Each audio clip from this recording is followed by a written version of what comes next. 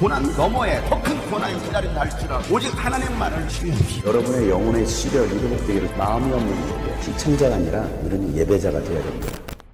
샬롬, 한 주간이 또 시작되었습니다. 이번 한 주간도 지혜의 말씀을 의지하고 힘있게 살아갈 수 있기를 바랍니다. 이 말씀을 우리 마음에 새길 때 하나님께서 여러분의 삶을 붙드시고 인도해 가실 것입니다. 함께 나눌 말씀은 잠언 23장 15절부터입니다. 내 아이들아, 너의 마음이 지혜로우면 나의 마음도 또한 즐겁다. 내가 입을 열어 옳은 말을 할 때면 나의 속이 다 후련하다. 죄인들을 보고 마음속으로 부끄러워하지 말고 늘 주님을 경외하여라. 그러면 너의 미래가 밝아지고 너의 소망도 끊어지지 않는다. 내 아이들아, 너는 잘 듣고 지혜를 얻어서 너의 마음을 바르게 이끌어라. 너는 술을 많이 마시는 사람이나 고기를 탐하는 사람과는 어울리지 말아라. 늘 술에 취해 있으면서 먹기만을 탐하는 사람은 재산을 탕진하게 되고 늘 잠에 빠져 있는 사람은 누더기를 걸치게 된다. 너를 낳아준 아버지에게 순종하고 늙은 어머니를 없이 여기지 말아라. 진리를 사들이되 팔지는 말아라. 지혜와 훈계와 명철도 그렇게 하여라. 의인의 아버지는 크게 기뻐할 것이며 지혜로운 자식을 둔 아버지는 크게 즐거워할 것이다. 너의 어버이를 즐겁게 하여라. 특히 너를 낳은 어머니를 기쁘게 하여라. 내 아이들아, 나를 눈여겨보고 내가 걸어온 길을 기꺼이 따라라. 음란한 여자는 깊은 구렁이요 부정한 여자는 좁은 함정이다.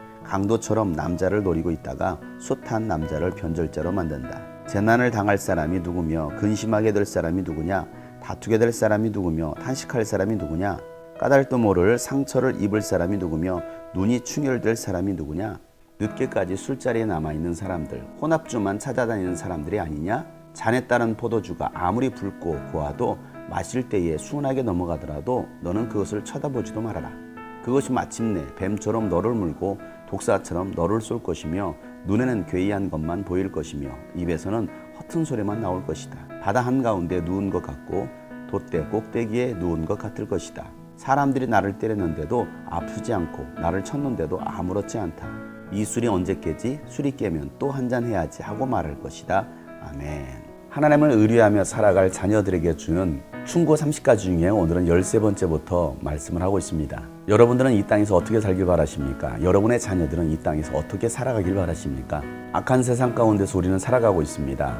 이 악한 세상에서 우리 믿음의 사람들이 살아가는 방법은 주님을 의뢰하는 것입니다. 주님을 닮아가는 것입니다.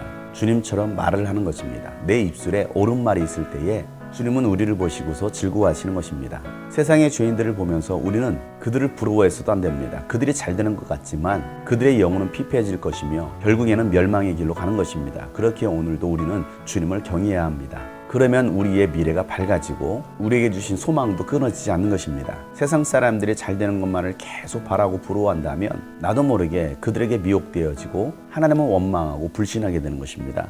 그렇기에 우리는 그들을 부러워하는 것이 아니라 더욱더 우리는 신실하신 주님을 경외해야 하는 것입니다.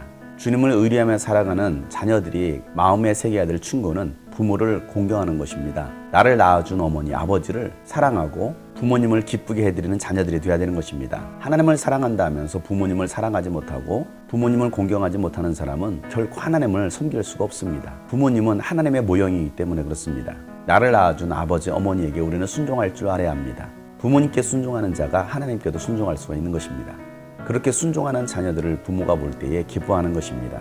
또 먼저 믿은 자로서 또 부모로서 본이 되는 삶이 있어야 됩니다. 내가 살아온 이 길을 따라오라고 말할 수 있어야 됩니다. 그러려면 우리는 이 땅에서 신실하고 정의를 행하며 살아가야 되는 것입니다. 바울은 나를 본받으라 라고 말씀합니다. 하나님의 말씀에 순종하며 살아갈 때에 그와 같이 당당하게 말할 수가 있는 것입니다. 마지막으로 마음에 새겨야 될 충고는 술에 대해서 말씀하고 있습니다. 늘 술에 취하고 술을 먹는 사람들은 가난해질 수밖에 없고 잠에 빠져서 게으른 사람도 가난해질 수밖에 없다라고 말씀하고 있습니다. 그래서 너희는 술 마시는 자하고는 어울리지도 말라고 말씀합니다. 술에 취한 사람의 특징을 자세하게 말씀합니다. 술에 취한 사람은 어떻습니까? 지나가는 사람하고도 다툽니다. 법무부 차관이 택시기사의 멱살을 잡고 욕을 하고 때린 이유가 어디 있습니까? 술에 취했기 때문입니다. 자기가 지금 무슨 일을 하고 있는지도 알지 못하는 것입니다. 결국 그런 사람들은 재난을 당하게 되고 근심하게 된다는 것입니다. 술에 취해 있는 사람은 늘 눈이 충혈되어 있습니다. 알코올 중독인 것입니다. 그런 사람들은 평범한 술이 아니라 혼합주, 폭탄주를 찾습니다. 아무리 맛있어 보이고 목에 술술 넘어가더라도 하나님의 사람들은 그러한 것들을 쳐다보지도 말라고 말씀하고 있습니다. 술 취하지 않을 정도로 마시는 것이 아닙니다. 성경은 강력하게 말씀합니다. 쳐다보지도 말라라는 것입니다. 그것이 결국에는 나를 병들게 하고 가정을 파괴하고 삶을 완전히 파괴할 수 있기 때문입니다. 처음에는 사람이 술을 마시는데 나중에는 술이 사람을 마시게 되는 것입니다. 뱀처럼 물고 독사처럼 쏠 것이라고 말씀하고 있습니다. 술에 취한 사람의 눈에는 괴이한 것들만 보입니다. 그 입에서는 허튼 소리만 나옵니다. 주사를 하는 것입니다. 또 술에 취한 사람은 어떻습니까? 간이 붓는다라는 말을 합니다. 돛대 위에서 누운 사람과 같을 것이라는 것입니다. 다른 사람이 아무리 때려도 고통도 못 느낍니다. 그런 사람들은 술에 깨어도 또 술을 찾게 되어 있습니다. 알코올 중독은 이와 같다는 것입니다. 성경에도 술 때문에 망한 사람들의 이야기가 많이 기록되어 있습니다. 약간의 술은 건강에도 좋다라고 말을 합니다. 그러나 여러분, 그러한 말들로 속지 말길 바랍니다. 성경은 분명히 말씀하고 있습니다. 술은 쳐다보지도 마라.